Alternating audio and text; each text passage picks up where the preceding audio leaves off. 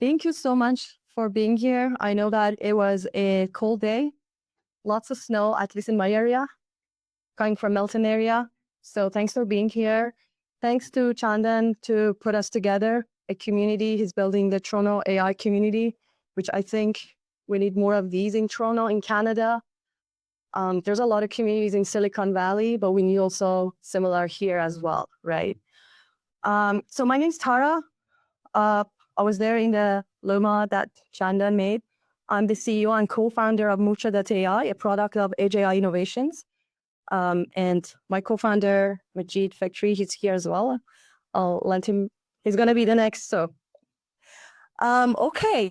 So let me start with, I think I see that people are yawning and like ask you guys. I was talking to some people, what's your motivation to be here and what your background is, right? Are we all here computer science, tech founders, developers here? Can you raise your hand if you are building AI agents? Oh, no. Okay, you're a developer. Okay, perfect. Tech founders? Awesome. Love it. AI agent builders? Love it. RAG builders? RAG, retrieval augmented generation builders? Great to know. That's awesome. Okay, so the reason I was asking this question just to understand how I'm going to present, right? I don't want to be like using the words that doesn't make sense. So Moorcheh.AI, you go to the website. I'm not sure if you already went there. So I'm just going to go straight to, this is a case study we're doing, right? We launched in September. So yes, thank you. And TorontoAI, they are a health tech companion AI company in UAE. They're actually getting to Europe as well. So this is one of the case studies that we did with them. So what they're doing, pretty much building AI assistant for insurers, patients, clinics, and doctors. So when they came to us, they had a couple of problems, right? So I'm going to go here and here. So the problem was that their engineers and product team, it was so complex. The whole tech stack to build a knowledge-based AI was so complex. They were using different stacks. And also it wasn't fast. There was latency there. And they also wanted to make sure in a year from now, 2 years from now, because they were looking at the scalability, that what is the best investment for them, right? Like, because they didn't want to do just grab one AI agentic memory, build their AI assistant, and then 2 years from now, when they have thousands, millions of documents, they're like, oh no, this is becoming so expensive, right? So that's why it came to us. And the solution, the perfect solution they were looking for was having less complex, maybe RAG in few APIs, knowledge base in few APIs, and 10 times faster, plus scalable to thousands of documents. They're not there yet, but they were thinking that they might get there. And also have accuracy, right? Because the retrieval responses they were getting, they were not satisfying their requirements. So when they build their MVP, they launched their MVP. They actually have right now 10,000 users that using Dr. Pal. They are a startup, right? But then they were like, we want to bring a lot more accuracy. Okay, so remove the hallucinations.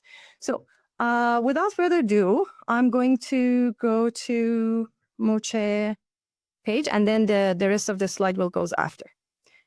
Okay, so if you guys go Moorcheh.ai, you can create an account, right? And once you create an account, you will be able to see this. So this is the page that you will be able to create an API. So this is what the case study I'm talking about did, right? Like seems simple. So you create your API. I already did. So for example, I did one for Dr. Pal, right? Once you get your API, save it somewhere safe because you want to deploy it somewhere, right? Either it's your chatbot or AI assistant, whatever. And then you come to namespace. and create your namespace, right? So for this case, these guys had a 3,000 something pages book from a doctor in a hospital, and they wanted to make the whole AI conversation based on that book, right? So this book was the nutrition book, and they wanted the whole AI built on that book. So that's the difference between retrieval augmented generation and LLM, right? Like Gemini or whatever you're using. You want to have your own knowledge base that is focusing on the information of your website, like AI Copilot, like pretty much Azure Copilot. So what you do here, you create your namespace. You can either upload your book, your website, PDF, OCR, Excel, anything, or you upload vectors. Who knows about vectors? Perfect. I love it. So if you upload your text or your PDF or whatever, it will transform into vectors for the RAG to understand the semantic search and the meaning between the words. Okay? But in Moorcheh, you can upload both. And Majid will show you how you guys can do the embedding in different platforms, OpenAI or whatever, to create your vectors if you want to upload the vectors. Okay? So I already did for Dr. Pal.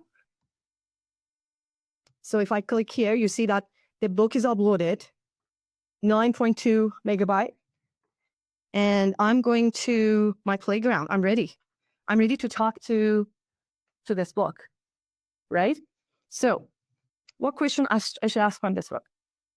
So imagine like there are so many patients and I'm a doctor in this hospital, many doctors, and this book is going to give these guys nutrition, lifestyle answer, but just from this book, not from anywhere else on the internet.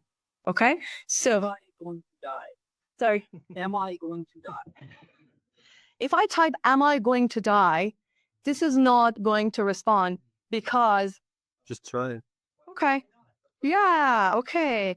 Moorcheh will be worried, like it's going to be, please don't die. Or if it's Gemini, probably will be like, it's okay. Everyone dies one day, right? So what is thinking? Then maybe I could explain because Yes. don't die at all. I understand you're asking a very serious and concerning question based on the medical context.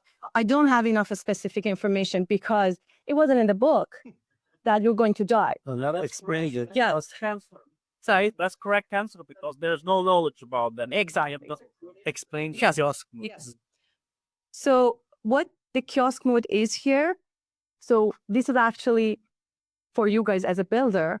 If you don't want any unrelated questions to be answered, you turn on the kiosk mode, right? You'll be like, I don't want you guys to ask any non-related question because I don't want this. I want this to be related to the data I have, right? So let me ask a legit question. I mean, when I say legit, it means related to the document, right? So I'm going to ask, can you Majid type, what nutrition to avoid for kidney? I don't know if there's anything about this in this book, but let's see. It's a nutrition book. It should know, but like.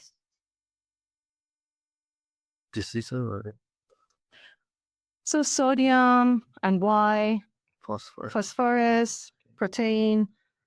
But can you click on show details? Yeah. It's going to, does it show? Do you guys actually see, or I don't know, blocking it? Let me make it bigger. Expanded? Okay, maybe let's make it Is it better? better. Yeah. Okay.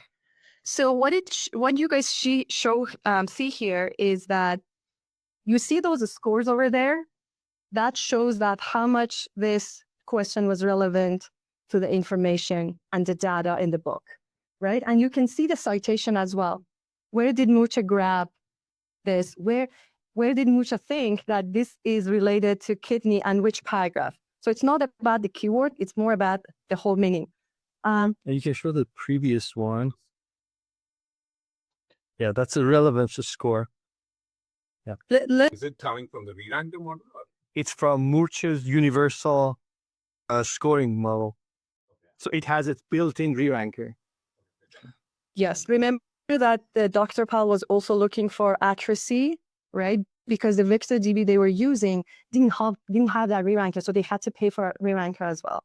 So just the explanation, when the kiosk mode is on, you have a control over the threshold of relevance. And you can put in anything below 15% relevance, don't show it. And probably if I go to the previous question, and here was the previous question. Am I going to die? Okay. And if you show details, all of them, you could filter them all out because they were all low relevance to the context of the book. It was considered low relevance. So if you put a threshold of, let's say, 15, 17%, they would automatically get rid of those. And then you can programmatically tell, don't even go to the LLM if there is no relation, cut it off programmatically. So you save your precious LLM resources. Right. You don't want to pay them extra. Yes. So I can show you guys here. Now we both are excited. I will go through this. Yeah, I will go through this in more detail. Okay, you want to go through this? So you just continue. Okay. Yeah. So that's the setting. And you see here that this Dr. Pal AI book is 4,298 chunks, right? So what chunking means when you upload your documents, then in the vectorization, all these paragraphs, all these words turn into chunks. And then once that's done, when your AI is built, it's going through those chunks and bring back the answer. How does it run notebook LM? It's a notebook LM. It's notebook LM. Okay, that's a very good question. Good. We say this is notebook LM. The difference is that you have export API. Basically, you can embed it into all your products. Notebook LM is a dead end. Like whatever you do in Notebook LM stays in Notebook LM. Right. This is a production tool. So you can build your knowledge base, build your agent, and you export it into all your applications. Which one are they using? Is that maybe? So you have a selection of models. We support all the native Bedrock models. Sonnet 4.5, Llama Maverick, DeepSeek Quen, and OpenAI is Oasis. These are all. Kiosk mode. What is the other mode aside from kiosk? This one? Yeah. It's just a send. Send. Yes. This is send button. Yeah. Right now it's on kiosk. If you flip it, what is the other mode? Oh, you just turned it off. If you don't want it to be based on your knowledge, you want to ask like, true, false. am I going to die? And you want your AI go to your LLM and Yeah. So in these ways, this app connects to you'd add APIs to connect to your other external systems. Yeah, you can. I will explain. There's boilerplate codes. Yeah, it fits into them, so you don't even need to build chatbots or codes. Mm-hmm. We've got actually plenty of YouTube videos of different case studies and use cases for different chatbots that you can just go watch like 10 minutes. A lot of training material. Okay, so that's our playground. And I think I haven't did I show the dashboard? Okay, so the cool thing is like you have visibility over the dashboard. So Moorcheh is on demand, right? So any API you use, then it counts, and then you kind of charge for that. I mean, we have the community model that is free. So anyone wants to go build their AI chatbot, they can do it as a community. But then here you will have visibility over your usage, your performance, the uptime, execution, success rate, and also your API count and Gen AI requests, which is cool. Okay, so now I don't want to take a lot of time. I'm going to go back to this and finish this before handing it over to you, Majid. Let's see. Okay, so as I said, like one of the reasons that we're doing this with Chandan is to build an AI community, right? So we're gonna have 2 hackathons at McMaster and Sheridan. If anyone's interested, they're open to anybody, and we're gonna have like prizes, and it's gonna be higher from people that do the hackathon and get Your t-shirt, the price? Sure. Who wants a Moorcheh t-shirt? Raise your hand and we'll order. 1, 2, 3, 4, 5, 6, 7. Okay. What is it? What is it? So both are in January. Honestly, I like these students are keep following. They are organizers. Like they're amazing kids. But it's in the second week and last week of January. So just have a look. And so Sheridan, again, Hackwill, TorontoAI, another great community building, right? And we're really proud. GitHub Moorcheh community. If you use it, you like us, just click the like button. And then Discord, Moorcheh Discord. If you want to become, part of Moorcheh community and you want to know what next, because we upgrade, like we had another upgrade in latency. We improved it another 10x. So if you guys want to know more, just become part of the member of the community, Discord community, so you get all these news. And yeah, that's it. So let's go to the last. So Moorcheh.AI has been integrated. It took us a year to build Moorcheh, integrated to LangChain. So if you go LangChain, you'll see Moorcheh.ai over there. We have MCP server. We are on Hugging Face, Llama Index. We passed all the tests. We are in their vector store. And N8N was 2 weeks ago. So it was actually the very recent one. So we're integrated with N8N, and you guys will be able to search Moorcheh N8N and go see. Yes. So I'm done here and pass it to you. Yes. Moorcheh means and. Ask Persian. Is there anybody Persian here? Yeah. Means and. And these ants are tiny but mighty. And that's how the inspiration for. Yes. The reason that we chose this name was, first of all, our kids really love ants. And they think that they are the most efficient creature on the planet because they can carry like 200 times. But the reason was like, Moorcheh.ai vector is 100 times less computation, 32 times less memory, right? So if you want to deploy it anywhere, it's not going to take a lot of space. And it can be on your private cloud instance, right? So you can have control over the whole for security reasons. So that was the reason, I guess. But all the products that we are having, like they're going to be different names. Matt's just going to go through all the excitement coming soon. Thank you very much. Thank you. Yeah. There you go. Just to start, I want TorontoAI channel for this event. And also I want to thank ShipLab for giving us the space. And thank you all for coming. So, and I noticed that many of you are already deep tech developers. You are engaged with AI. You're probably working on really advanced project in AI. So let me start by sharing my. You want to demo?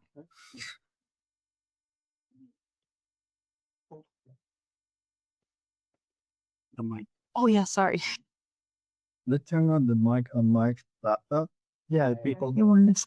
And you can disable the mic from Photoshop. You can explore. Okay. Okay, good. Right. Yeah, I was saying that a lot of you are already building AI applications, you know, a lot. So my question is, this has ever happened to you that a family member or a friend of you comes to you and says, I have a great idea. This is gonna be amazing AI application idea for whatever I do. Can you build it? Does it ever happen to you guys? Yeah. So we have like a family member, she's a designer. She said, I have a fantastic idea. I know AI can kill this. Can you guys build it? Or I have a friend who is a lawyer. He told me, I'm doing something really repetitive, or I have a great idea. ChatGPT doesn't do it well, but I know with a great, good front end and a good design, we could build an AI application that can really do it, and it will solve a lot of people's problems. And back to what Mike was saying, there's sometimes these ideas that solve one person's problem that can actually solve many other problems. We just don't know. Each person has its own view. So if someone comes to you right now and tells you, I have this idea for an AI application, can you build it? What would you tell him? Exactly. So, and how long would you take for you to build it production level professionally? So I can scale it to thousands, tens of thousands of users in a week. Okay. So you should say, yes, I can do it. And in maybe 10, 15 minutes, I walk you through. If you follow the steps, you all can build it. So anyone has an idea. Do you have an idea of a AI agent or AI assistant that should do something for you? Anybody? Yeah. Tell me what's the idea? Two agents works. Backend and from. For coding, Yeah. coders, AI coders. Yeah. And one of them has like solves three agents, one orchestrator agent and two content. Okay, no, that's more complicated than I thought. So now I'm talking about, let's say, bare. If we boil it down to the bare minimum, okay. So we have this tool. I think I discovered this by doing this. So we have this RAG tool. So you can have your dynamic set of information that is automatically paired with whatever chat you're right now doing with the AI. Okay. So I was thinking and we're, let's say the example that Tara was showing, you have a book, people asking question, AI is answering. This is kind of like the role of AI is kind of passive in this. But with the same set of technology, we can turn it into an active agent. What I mean is that instead of just constant like textbook, we can have a set of dynamic instructions. And I used my own example to go for. For example, this friend of mine who's a lawyer, he said, I want to have intake interviewer for people who happen to have legal cases. Something happened to them. They want to see if they can use a service of a lawyer to file a suit or complaint. And this could happen in many different ways. So there could be different categories, and there is a certain categories of questions that I need to ask in each of these cases. So it's not a simple prompt that you can just put one time and expect it to follow. So you want to change the instructions for the AI, depending on where the conversation is going. So I said, okay, let me see if I can just use a rack system, but instead of putting in a textbook, I put your instructions as separate commands, and as the conversation goes on, the next question comes up, the next question comes up, and the instruction for the agent changes. Okay, so let's build it. Right. So if you it could get some technical, but you can stop me at every stage and tell me, ask a question. Okay, because this would be I will be going through really fast. Okay, so the first thing is to come to Moorcheh.AI. Let me make it bigger. Okay, and log in. So the first, you will be taken to the playground. You need to bait namespace.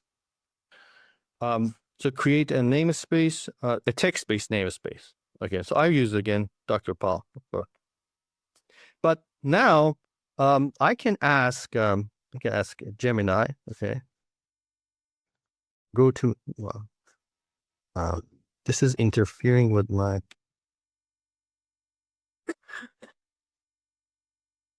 So here I can say, let me. I can hold it for you. Okay. Yeah. We are building a legal interview agent, give me instructions for this agent in separate blocks of text, at least 10 different contingencies and commands for the agent. Okay. Now, okay. So here is, for example, this is one of the commands. If the topic drifts threshold, 3 consecutive sentences, upload unrelated legal concept. If the input contains keywords like clarify, explain, or define. Okay. So I take each of those. Where's my Moorcheh? And you can create new text. So I can copy each of these commands from here. Let's say this one.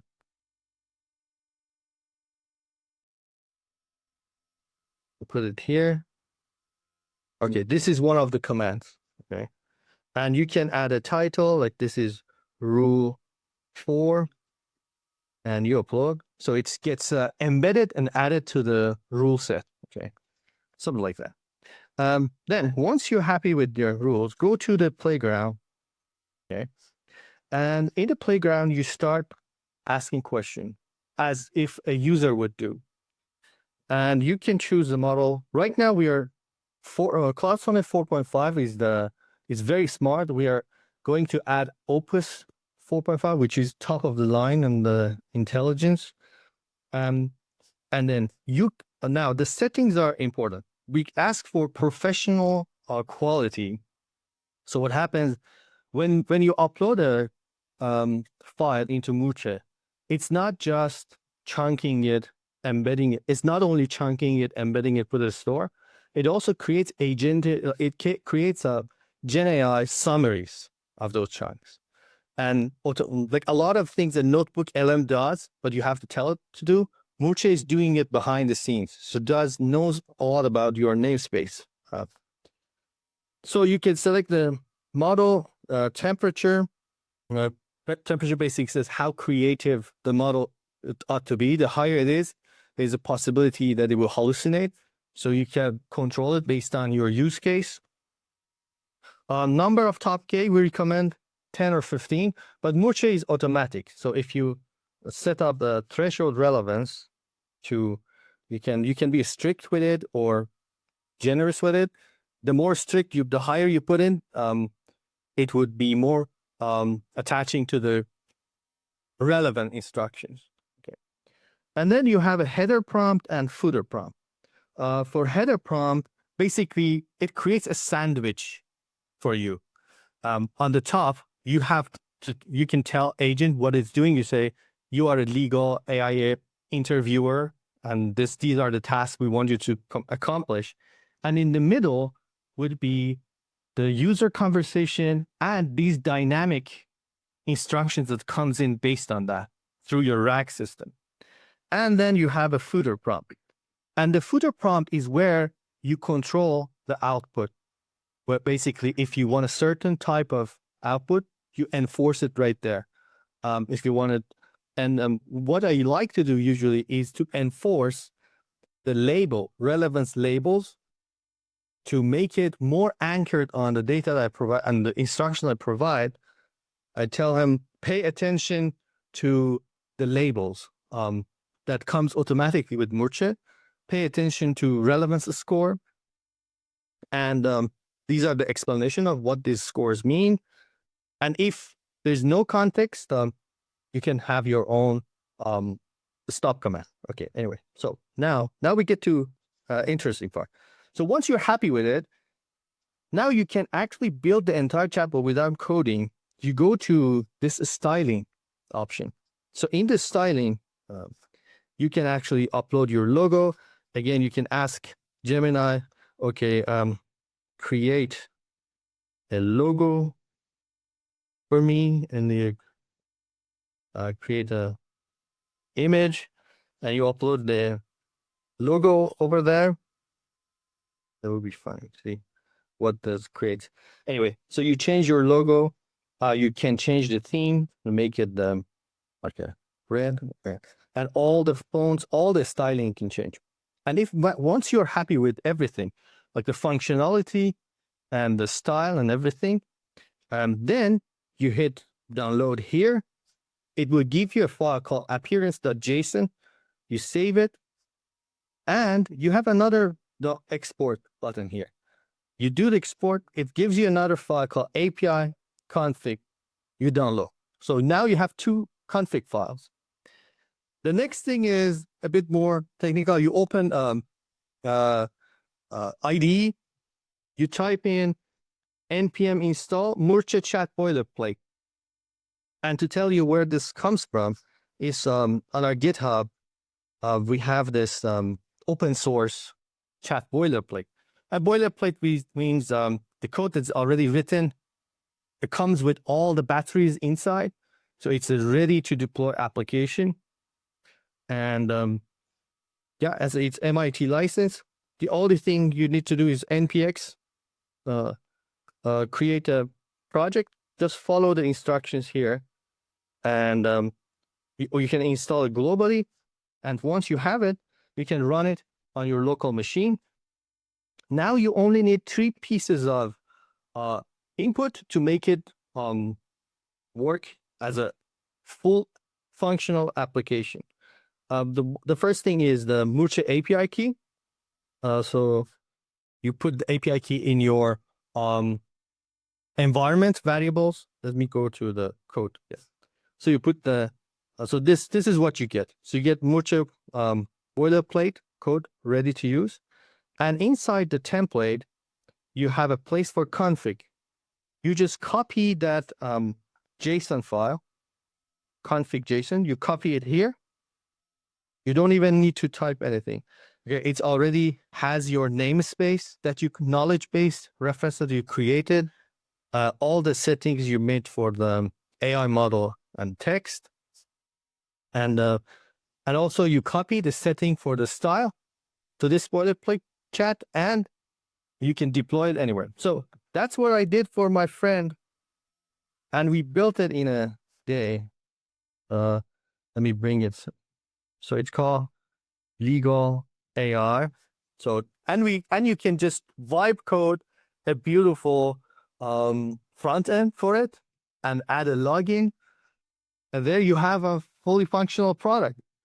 Okay, so this is our get legal help with AI powered intake. So we sign in.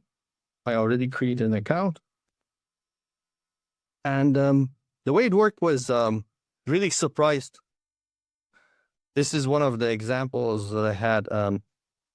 So it asks you, tell me, okay, let me create a new one.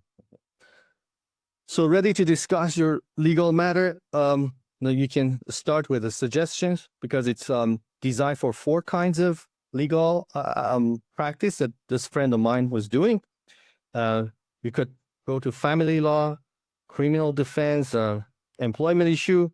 Just start with it, and I believe it's working. Okay. I understand it. So it starts asking you questions, but these questions are dynamic. So as you progress, and it keeps track of your progress. And then, yeah, and that's how it works. And as soon as you finish, you can submit it, and it will create an email summary of what happened and send it to this lawyer friend of mine to review and tell them if they have a legal case or not. And that's how. Please someone do this. No, it's so it only connects to that person. So there's still a human lawyer has to approve it and see if it is there's a case. Pretty much generate leads for lawyers, right? So a lot of lawyers, they are not techie, but they want a system. So they can't pay Harvey that much of money, right? So they're looking for smaller companies that can build smart chatbot for them, right? So, and that can apply for pretty much anything. So yeah, any question? I was based on topics retrieved from the Dragon creative. For example, if if there's a question related to employment, the next question could have been, what is the jurisdiction? Like, where do you live? Yeah, for example. And then it should search contextual information from the RAG to ask. You can do it. So you have the control over that. There are a few more tricks in the Moorcheh API technical. You have so much control over the details of what happens. One of the things you can do is that in our API, I don't want to go to the documentation, but basically you can send the same API to the same API endpoint, which is our answer endpoint. If you keep the namespace empty string, it will not do the RAG. It understands that you don't want to do the RAG. You just want the direct response from the AI. So it will automatically do that for you. I understand sometimes you don't always want to do the RAG, bring the context. Sometimes you just want AI to continue conversation, for example. So you have control over that as well. And this becomes so expensive, right? Like the reason that, for example, AI, Azure, Microsoft, if you want to build a chatbot with them, like as enterprise, you end up paying $40,000 per month. So coming back to you, Mike, about like, right, you can do it free, right? So, and you can build your MVP for free and then see if it works, right? So gather more data and then you will have customers, then you will pay, right? You don't want to like, right? So for your testing, you do that. So before, I know that Chandan is like, it's 7:30. Are you not paying? You're still using a model. Yeah, no, we are, everything is on Bedrock. Yeah. And the technical side of Moorcheh is that it's only, it's fully cloud native serverless. And what it means is that, yes, we are being charged by AWS, but only when someone uses it, we change. There is no EC2 instance. We hate EC2 instance. I'm just kidding. We are not running any servers anywhere. They're just, as I said, Lambda functions. They fire up, they do the thing, and they. So if I were to build this application on AWS, Yeah, with the AWS services that are available to me, I could still be able to do that. Okay, so for those bigger users, Yeah. which ShiftLab might be one of them. So we have this entire architecture with infrastructure as a code. Like the entire architecture is replicable on any region you want. So it's basically written in CDK. We give you access to repo. You just CDK deploy on your region. And this is automatically scaling. So right now, all the users, so we have about maybe 100, 200 users so far. 100 of them are really active, 200 logged in. But all those 100 people, and we have more than a million vectors, like close to 2 million vectors right now. The whole architecture is on one deployment instance on US East 2. Basically, this is so powerful that as a company or as a bigger enterprise, you can replicate the entire architecture on your own private cloud. And we are replicating on GCP and Azure as well with Terraform. And you don't need any more, you don't need to build basically knowledge with a memory layer for your AI. It can serve, because Lambda automatically serves up to 1,000 concurrent runs at the same time. And each usually our database engine is very efficient. Hundreds of thousands of vectors are searched through within like 40, 50 milliseconds, basically. After 50, 60 milliseconds, your Lambda function is also already down, and you can use the next. Can I add something? Yeah. So we're doing a lot of benchmarks, right? Like for accuracy and latency with other vector names. And we're actually going to publish in archive and Hugging Face. So far, we've seen that the latency, we're faster. Like with the new version of Moorcheh, is, as I said, like 10 times faster. And with accuracy, we're also doing a lot of benchmarks with the combination of, for example, Point One and Cohere, right? Because like somebody uses Cohere ranker and the Point One vector database together, right? Still, we have compared it with Moorcheh accuracy. It's pretty much the same, right? But then so there's no trade-off. What I'm saying is that there's no trade-off when you're like, okay, if it's cheaper, then I'm trading off the accuracy or, yeah. Yep. Before we go, I want to make sure that, so we are very active in LinkedIn too, like Discord, LinkedIn. So feel free to reach out to us, follow us. Let us know if if there's something that you guys are like, oh, this is something I built, just come to us and tell us, like, we really want to build this community. And we also travel to US, like we go there once a month. We want to expand, like talk to developers all around the world. We were in Amsterdam in August with Linux Foundation. They invited us for the open source part to just do a booth there. But like, yeah, so if there is anything you guys want to talk, just please reach out. Yeah. On the same note, join our Discord community because we were trying to make it a more vibrant place for developers and people who build AI. So you can share experience, and we will share the latest news updates over there. And it's just the idea is for people to help each other, bring as many of those ideas into production, and that's what our objective is. Yeah. Any question? Okay. Thank you very much.